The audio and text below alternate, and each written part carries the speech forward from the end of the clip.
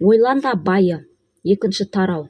Қисапсыз байлық пен кедейлік ойдың жемісі. Ой заттанады деген тақырып.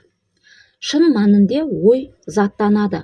Мақсатыңыз айқын және сол мақсаттарыңызды іс жүзінде ақшаға немесе басқа да материалдық байлыққа айналдырамын деген қайтпас қайсар мінезіңіз болса, ол заттың құдіреті одан да арта түспек. Біраз жыл бұрын Эдвин Барнс ойлана алатын адам ғана байлыққа жетеді деген идеяға құрылған қағиданы ашты. Барнс бұл ойға бірден келе қойған жоқ. Эдисонның бизнестегі серіктесіне айналсам деген ұшқыр қиялы оны осы ойға жетеледі. Барнс арманының басты ерекшелігі нақтылық еді. Ол Эдисонның қол астында емес, Эдисонмен бірге жұмыс істегісі келді. Барнстың арманы қалайша іске асқанын жіті қадағалаңыз. Сол кезде ғана сіз байлыққа жетелейтін қағидалар жөнінде кеңінен мағлұмат алатын боласыз. Барнстың санасына осы идея алғаш келген сәтте оның мұны іске асыратын мүмкіндігі жоқ еді.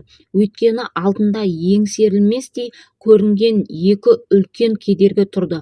Біріншісі, ол Эдисон мырзамен таныс емес. Екіншісі, Нью-Джерси штатының Ориндж қаласына баруға билет сатып алар көк тиыны да жоқ. Мұндай кедергілер басқа адамдардың сағын сындырып, ой арманын іске асыру үшін бөгет болатыны даусыз. Алайда Барнс үшін бұл аяққа тұсау емес еді. Барнс Эдисон мырзамен танысу барысында атағы жайылған өнертапқышпен иық тіресіп жұмыс істегісі келетінін ашық айтқан. Бертін келе Эдисон мырза бір естелігінде Барнсты алғаш көргені жайында Барнстың сыртынан қарап, көшедегі қаңғыбастың бірі ме деп қалдым. Алайда оның жүзіне зер салып, алдымда мақсаты айқын, ойлағанын жүзеге асырмай тоят таппайтын қайсар адам тұрғанын аңғардым. Егер адам бір нәрсені ынты-шынтысымен қалаған болса және мақсатына жетер жолда ештеңеден тайынбаса, қалаған дүниесіне жетерін өмірде көпті көрген адам ретінде білемін. Сол себептен де мен Барнсқа мүмкіндік бердім. Себебі оның көзіндегі отты көрдім. Ал Барнстың жеткен жетістігі менің қателеспегенімді дәлелдеді, деп жазған.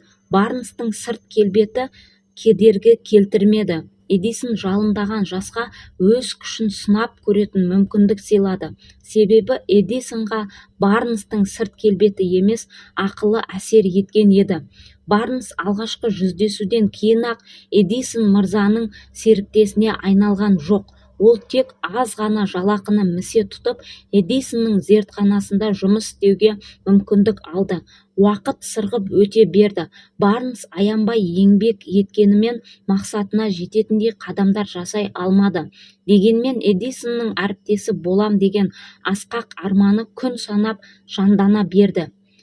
Психологтардың айтуынша, адам баласы бір істі тындыра алатындай толысқан болса, шындығында сол іске тап болады. Барнс Эдисонның бизнестегі әріптесі болуға әбден дайын еді. Тіпті қиялдағы сол арман оны күннен күнге ширықтыра түскен болатын.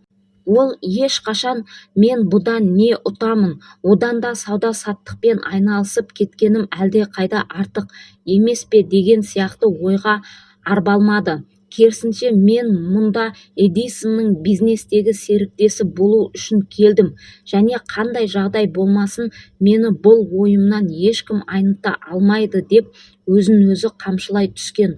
Ол дегеніне жетті.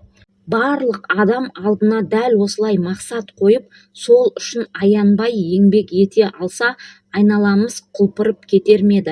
Өмірде жас Барнс мұны сол кезде білмеген де болар. Алайда оның алғырлығы, дегеннен қайтпайтын бірбеткейлігі алда тұрған кедергіні еңсеруге күш-жігер беріп, жылдар бойы талмай іздеген мүмкіндігіне жол ашты. Мүмкіндік күтпеген жақтан келеді. Барнсқа мүмкіндіктің есігі мүлдем күтпеген жақтан ашылды. Бұл біз айтқан құпияның тағы бір қыры. өмірдің заңдылығы бойынша мүмкіндік мүлдем аңдамаған әрі күтпеген тұстан сәтсіздік пен жеңілістің киімін бүркеніп келеді. Осы себепке байланысты болар адамдардың басым бөлігі басына қонған бақты аңдамай қалып жатады. Эдисон мырза дәл осы кезеңде өзінің зертханасында Эдисонның диктофоны деп аталатын жаңа құрылғыны жетілдіріп жатқан еді. Дегенмен сауда агенттерінің бұл аппараттың болашағына сенімсіздікпен қарағаны жасырын емес. Олардың ойынша бұл құрылғыны сатып алар жанның табыла қоюы екіталай. Барнс болса бұл құрылғыны сата алатынына сенімді болды. Сөйтіп уақыт оздырмай Эдисон мырзаға қызметін ұсынып, жұрт күмән келтірген істі атқара алды. Барнс диктофонды аз уақыттың ішінде сәтті сата алғаны соншалық Эдисон Барнспен келісімшартқа қол қойып, диктофонды елге тегіс таратуына келісімін берді. Ақыр соңында Барнс шексіз байлыққа кенелді. Осылайша ойлансаң, байлыққа кенелесің деген қағиданың іске жарайтынын дәлелдеп берді. Шынтуайтында Барнстың диктофондарды сатып қанша табысқа кенелгенін білмеймін. Мүмкін 2-3 миллион доллардың айналасында болар. Аталмыш мысалдың түйіні ақшаның көлеміне келіп тірелмесе керек. Бар мәселе Барнстың көзге көрінбейтін білім деп аталатын жинаған байлығы материалдық байлығынан гөрі 1000 есе құнды екендігіне жатса керек. Ол қол жеткізген білім мен қағидаларды қатаң сақтау арқылы ойды іске және материалдық байлыққа айналдыруға болады деген мәшһүр қағиданы іске жарата алды. Барнс өзін ұлы Эдисонның серіктесі ретінде ойша көре алды. Қалталы азаматқа түптің түбінде айналамын дегенге сенді. Ал бұл іске алғаш аяқ басқанда Барнстың бойында өзіне деген сенім мен алға қойған мақсатқа жеткізер табандылығынан басқа ештеңе де болмаған еді. Тақырып: алтынға 3-ақ қадам қалғанда. Көп адамның сәтсіздікке ұрынуының басты себебінің бірі уақытша тап болған қиындықтарға бола жасалған істің барлығын тәрк етуі еді. Барлық жанның басынан осындай жағдай өткені анық. Америкада алтын іздеу басталғанда Дерби мен оның ағасы да алтынның арбауына елігіп, Колорадодан бір-ақ шыққан. Ол нағыз алтынның адамдардың ойында жатқанын, ой арқылы жерде жатқан алтыннан да көп байлыққа қол жеткізуге болатынын сол сәтте аңдамаған болар. Дегенмен дәл сол сәтте басын бәйгеге тігіп, қолына күрек ұстап, алтын қазуға кіріскен. Бір жетіге созылған ауыр жұмыстан кейін олар жарқыраған саф алтынның үстінен түсті. Тапқан алтынды қазып алу үшін де техника қажет. Олар еш дабыра тудырмай-ақ тапқандарының бетін жай ғана құммен жауып, ат басын Мэриленд штатының Вильямсбург қаласына бұрды. Өз туған туыстарының ортасына қайтып оралған соң, Дербидің ағасы туысқандары мен кейбір көрші қолаңына тапқан олжасы туралы әңгімелеп берді.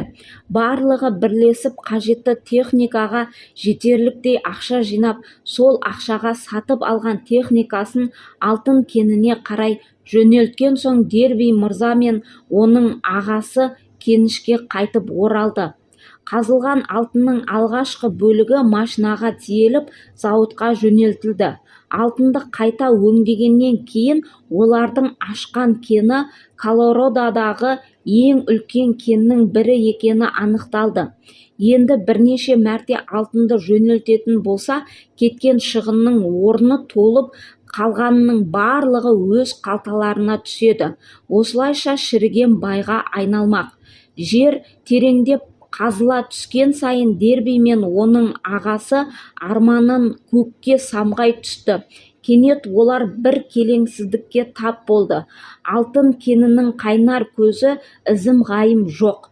Бір жөні болып қалар деген үмітпен олар бұрғылауын жалғастыра берді.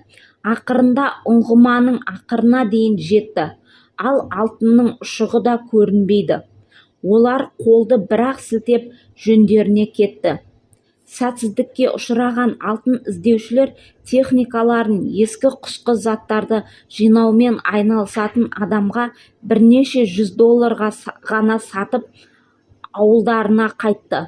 Олардың техникасын сатып алған адам кен маманын шақырып, кеннің жай-күйіне баға беруін өтінді. Маман оған ағайындылардың басты қателігі алтынның жалған арқауының артынан бұрғылап жаза басқанын түсіндірді.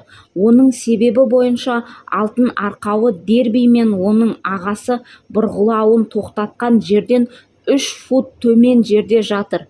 Шынымен де солай болып шықты. Техниканы сатып алған әлгі адам сол бір кеннен $миллиондаған ақша тапты. Ол дабыраға салынбай, барлығын салқын қандылықпен ойлап, нағыз маманның ақылына жүгіну керегін білді. Ақырында байлыққа белшесінен батты. Сәтсіздік пен жетістіктің арасы бір-ақ қадам. Бұл оқиғадан кейін біршама уақыт өткен соң, Дерби мырза санадағы ойды алтынға айналдыруға боларына көз жеткізу арқылы есесін қайтарып алды десек те болады. Ол бұл ойға сақтандыру агенттігінде жұмыс істеп жүрген шағында келген. Көз алдындағы алтын қолдан сусып кетіп, үлкен табыстан айырылғанын түсінген ол, аузы күйген үрлеп ішедінің кебін киді. Алғашқы алған ащы сабағын есіне қайта түсіріп, көз алдында тұрған алтыннан бас тарттым, енді басқалар жоқ деді деп сақтандыру полисін сатуды тоқтатпақ емеспін. Енді дегенімнен қайтпаймын деген ойды ұранына айналдырды. Нәтижесінде Дерби сақтандыру полисін сату арқылы жылына $миллиондаған табыс тапқан санаулылардың қатарынан табылды. Ол өзінің қайтпас табандылығына алтын кенінде алған ащы сабағының арқасында жеткен еді. Адам үлкен табысқа жетпес бұрын жолында азды-көпті кедергілер ұшырауы, тіпті жеңіліске де тап болуы мүмкін. Көпшіліктің пікірінше, қайда барсаң да қорқыттың көрі болып, сәтсіздік әбден мезі қылса, ең дұрысы бастаған істен теріс айналу қажет. Жолы болмағандардың көбі осылай істейді. Үлкен байлыққа кенелген Американың 500-ден аса қалталы азаматы, қолыңыздағы кітаптың авторы, байлықтардың сәтсіздіктен бір қадам ғана әріректен тапқанын айтқан. Сәтсіздік көзге көрінбейді, ол оның қулығына құрық бойламайды. Сондықтан сәті туған кезде оны оңтайлы пайдалана алған адам ғана мол байлыққа қол жеткізбек.